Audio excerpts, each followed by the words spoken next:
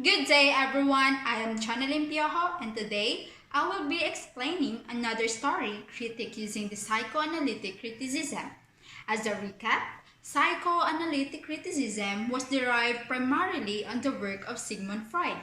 It is a type of criticism that uses theories of psychology to analyze literature and is concerned with the nature of the unconscious mind.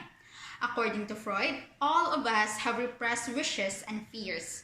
He believed that we all have dreams in which repressed feelings and memories emerge and disguise, and thus we are all potential candidates for dream analysis.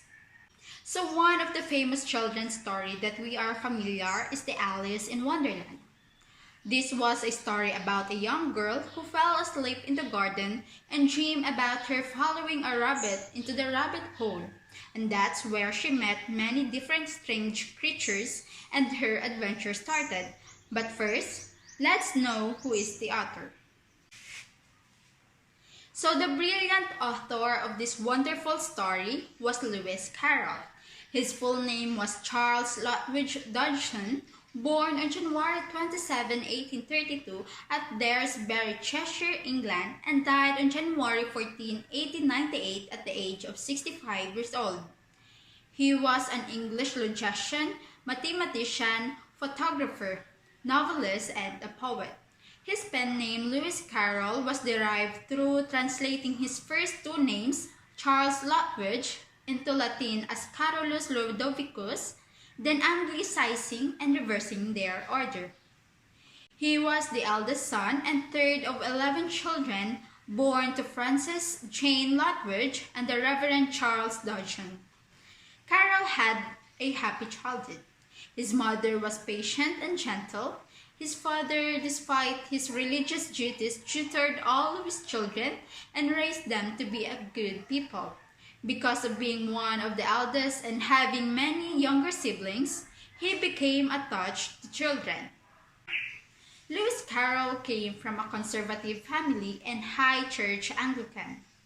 Most of his ancestors were army officers or part of the Church of England as clergy, such as his great-grandfather, who was a bishop of Elphin, his grandfather, who was an army captain, and even his father, who was an archdeacon of Richmond. During his early youth, Carroll was educated at home by his own father until the age of 11. In early childhood, he acquired a stammer, which he referred to as his hesitation, and it remained throughout his life. The stammer has always been a significant part of the image of Dodgson. While some says that he stammered only in adult company and was free and fluent with children, there is no evidence to support this idea. At the age of 12, he was sent to Richmond Grammar School. Then in 1846, he studied to a rugby school where he felt unhappy, yet still recognized as a good student. Moreover, according to his diary, he wrote during his years in rugby school that he is fond of children except for the young boys. In 1850, he entered in the University of Oxford, where he attended Christ Church. There, he excelled in the study of classics and mathematics. Carroll was also ordained as a deacon, a religious leadership title given in the Church of England. After that, he was appointed to become a priest, but he declined for he felt himself unsuited for parish work. In 1856, Liddell family arrived at the Christ Church, and during those years, he became close to the Liddell family, the dean of the Christ Church, specifically to the young female children, namely Lorena, Edith, and Alice Liddell, where the legend of Alice began. He also became absorbed by photography, where he soon found out that his favorite subjects were children and famous people, such as Alfred Lord Tennyson. He was likely to take also young female nude photos rather than young males. Some of his photos taken are the nude photos of young Evelyn Hodge and Beatrice Hodge. Based on his diary, he wrote that he did not admire naked boys in pictures, that they always seemed to him to need clothes, whereas one hardly sees why the lovely forms of girls should ever be covered up. In 1863, Carroll's relationship with the Liddell family ended. Though different critics expressed their thoughts of how it was ended, some say that Carroll proposed marriage to young Alice.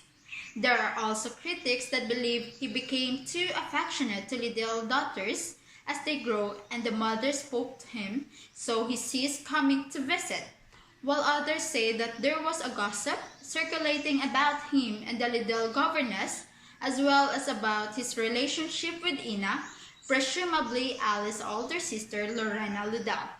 Hence, the break with the Liddell family that occurred after was presumably in the response to this gossip, though there is no evidence to support these different claims.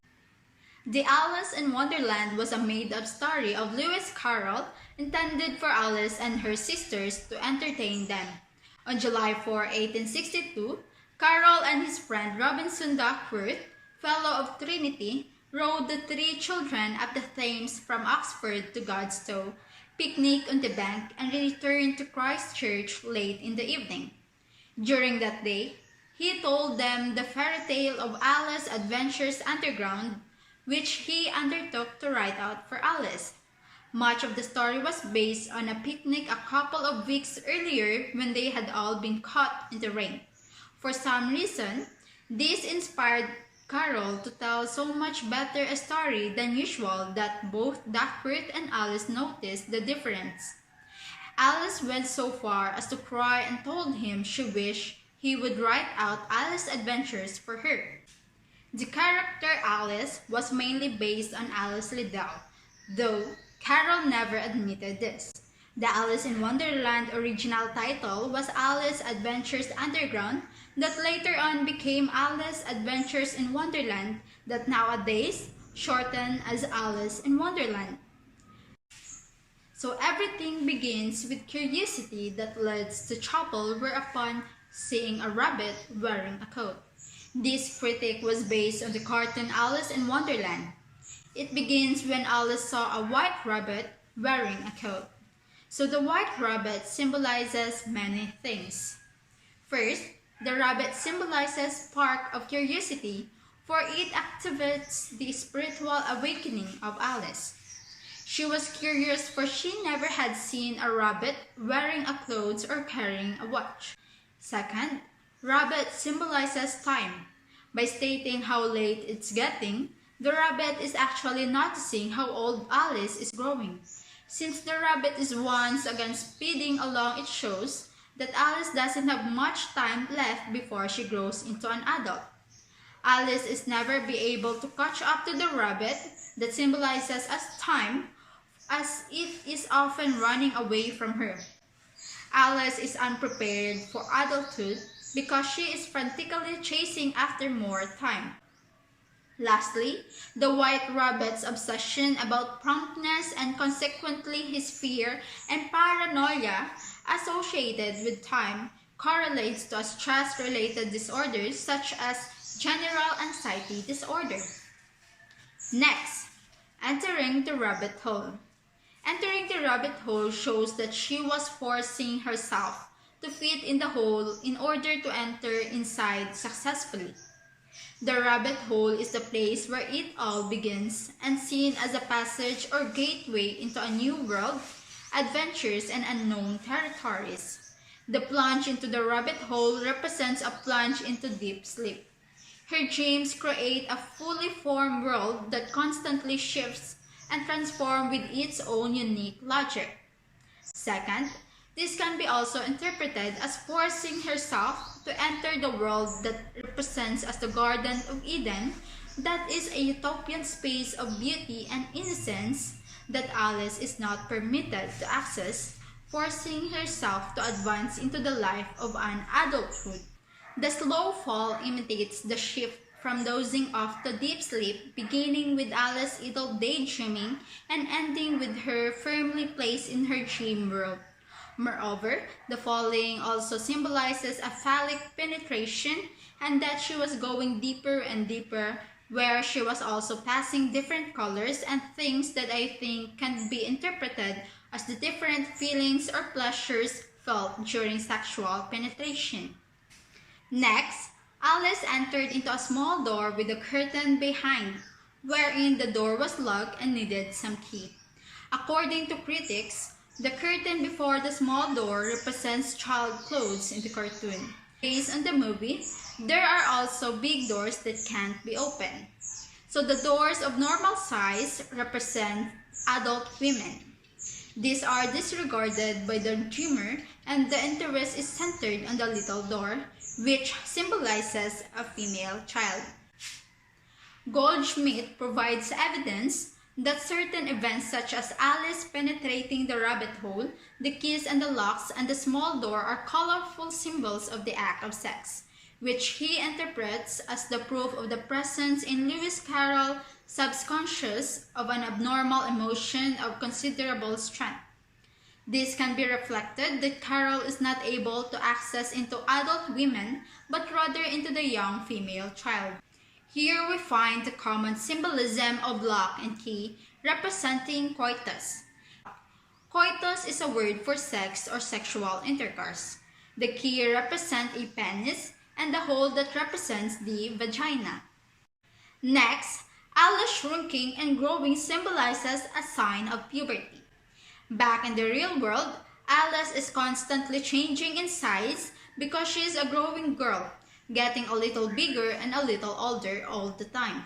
This is an arbitrary process that she can control because all children grow up.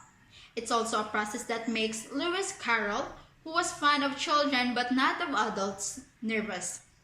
Alice changes size and changes in relation to everyone around her because Carroll wants to show us that growing up is unpredictable, sometimes just making you feel awkward, sometimes actually putting you or others around you in danger. Next, the pool of tears of Alice represents the sea of frustrations. It illustrates how easily Wonderland distracts her from reason and causes her to react emotionally. The sea of tears is like a punishment for Alice, giving into her own emotions. Alice vacillates between crying and scolding herself, going back and forth between emotion and reason. Next, Dodo. Dodo is a caricature of the author. A popular belief is that Dodgson chose a particular animal to represent himself because of his stomach and thus would accidentally introduce himself as Dodo Dodgson. Next, the caucus animals symbolize adult life. Alice, still being a child, doesn't understand the things that adults do. The caucus race makes no sense to Alice. She doesn't understand why they would need to run a race in order to enjoy themselves. This is an example of how adult logic escapes Alice. Alice is a child that will soon mature and be thrust into the adult world. The caucus animals represents Alice's struggles to make sense of adult actions and logic. The caucus race also represents the absurdity of English politics at the turn of the century while making a larger comment about the general meaninglessness of life. The animals run randomly in circles, progress nowhere, and absolutely without any clear conclusion. Carroll implies that the race is used to mock the politicians because, like the race, they run in circles, not accomplishing anything. Then, Alice met a caterpillar who is sitting on top of a mushroom. Both the caterpillar's slender body and the mushroom that it sits upon have a phallic structure. These images help to emphasize the theme of a sexual threat. Like the garden, the caterpillar's mushroom also has multiple symbolic meanings. Some readers and critics view the mushroom as a sexual threat for its phallic shape, which is a symbol of sexual virility or possessing a high sexual drive and capacity for sexual intercourse. As another thought, the caterpillar somewhat mirrors Alice. Alice is a young girl that is on the point of sexual maturity, while the caterpillar will also soon reach sexual maturity through its transformation into a butterfly. The caterpillar, also always seemingly smoking a hookah, speaks in riddles in a slow, prophet-like manner as if he was Alice's superior, which shows the characteristic of grandiose delusions. Next, the Mad Hatter symbolizes hatters during the Victorian era. Lewis Carroll depicts the Hatter as all over the place and spacey, which were common traits of the Hatters in real life. The Hatters in the Victorian era used substances that contained mercury and gave them mercury poisoning. Mercury poisoning can cause trouble formulating thoughts and paying attention. These traits correctly fit the Mad Hatter in the novel, especially with his riddle, "Why is a raven like a writing desk?" Not even the Mad Hatter knows the answer, showing his trouble formulating thoughts and paying attention. English illustrator John Ennill depicted Hatter wearing a hat with 10/6 written in it. The 10/6 refers to the cost of a hat, 10 shillings and 6 pence. Mad Hatter also shows having both bipolar disorder and PTSD or post-traumatic stress disorder. Next, the March Hare, together with Mad Hatter, challenges Alice's intelligence with riddles, a statement that caused Alice to question what she really knows. Over the course of the conversations, Alice realizes that she doesn't know quite as much as she thought that she did. The Hatter or Hare consistently conveyed to her that she is wrong. This resembles how an adolescent feels after they enter the adult world. They find that the knowledge that they had as a child is either incorrect or no longer applicable. The Hatter and the Hare help exemplify the frustration threat Alice feels as her intelligence is challenged as she ages. Next, the Dormouse. The Dormouse was considered as a symbol of the proletariat or workers so often mentioned by Karl Marx. He is constantly abused by the larger and more powerful Hatter and March Hare. Next, the Mad Hatter Tea Party. The Tea Party is nothing but a function of chaos in Alice in Wonderland. There are no rules here, and everyone present at the tea party is operating beyond social constraints. The Mad Hatter's Tea Party can be taken as a parallel to society. Society is a collection of social norms which we abuse and use to our own advantage. Next, Cheshire Cat. Cats in general symbolizes rebirth and resurrection.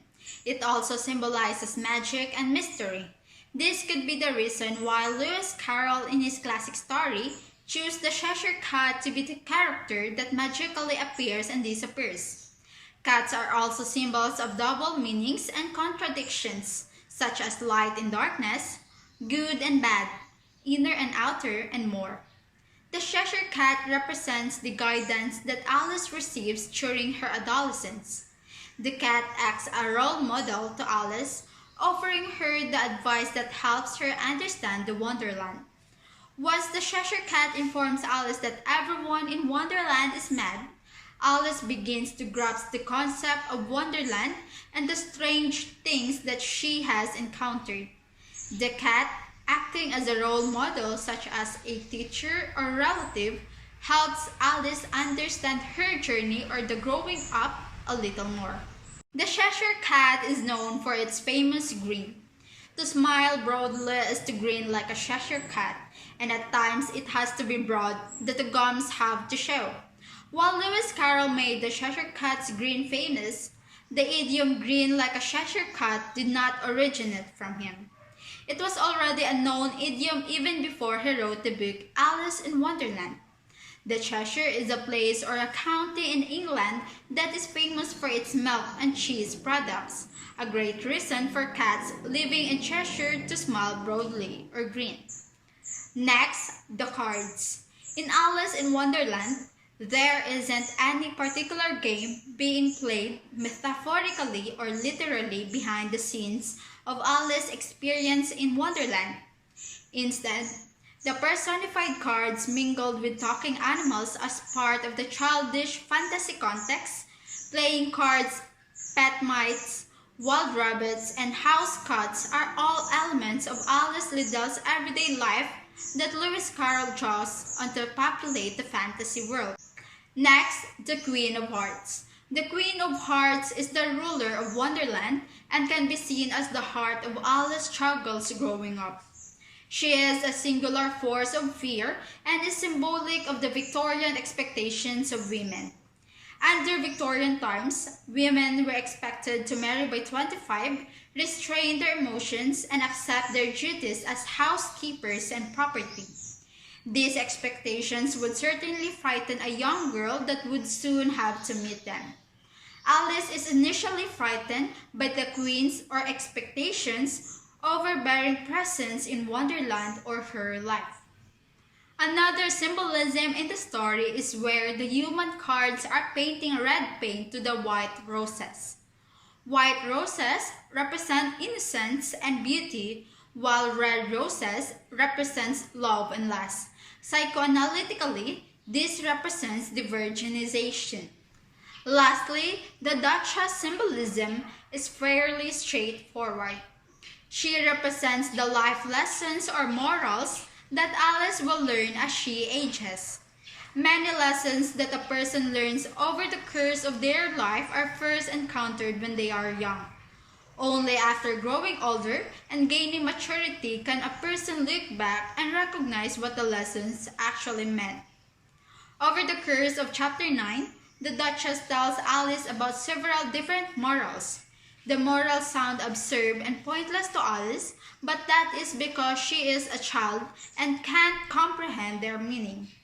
As Alice continues to grow, she will be able to make sense out of the events around her and discern their associated morals. Psychoanalysts have focused more Alice's experiences in Wonderland functioning as an allegory for the developing ego, or in other words, for growing up. Despite having been written by a middle-aged man, many critics have found it worthwhile to study the character of Alice as an example of child mind learning to understand the world and itself. Through her experiences in Wonderland, Alice gradually gains empowering insight and self-understanding in order to embrace her own identity. And since Alice is a book meant for children that has actually been popular among children for over a century, there seems to be some evidence that children relate to Alice since they are facing the same challenges and issues regarding developing a reasonable view of the universe and establishing their own identity.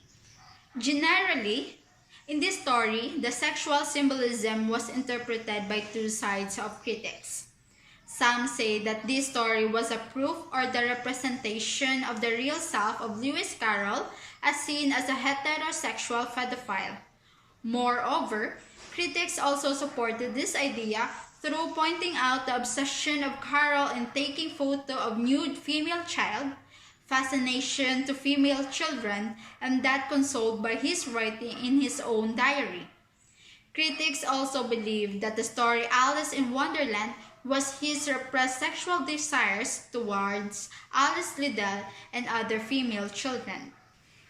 On the contrary, other critics such as Caroline Leach describe it as Carroll myth, wherein there is a misunderstanding in the society in which Dodgson lived, that he was also attracted to adult women, and that also includes Mrs. Liddell. This was supported by Dodgson's surviving letters that he had a keen interest in adult women.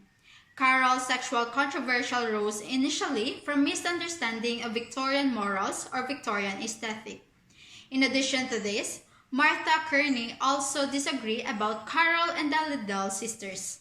She believed that we should not judge the Victorians by the morals of today, because during that time, the age of consent was only 12, and that there are Victorian photographic schools that focus on the depiction of nude children.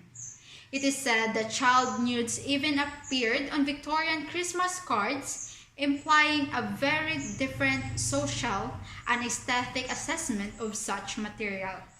While we may not be able to prove that Carroll was definitely a pedophile, we also cannot prove that he wasn't either. So that would be all. Thank you for watching and God bless.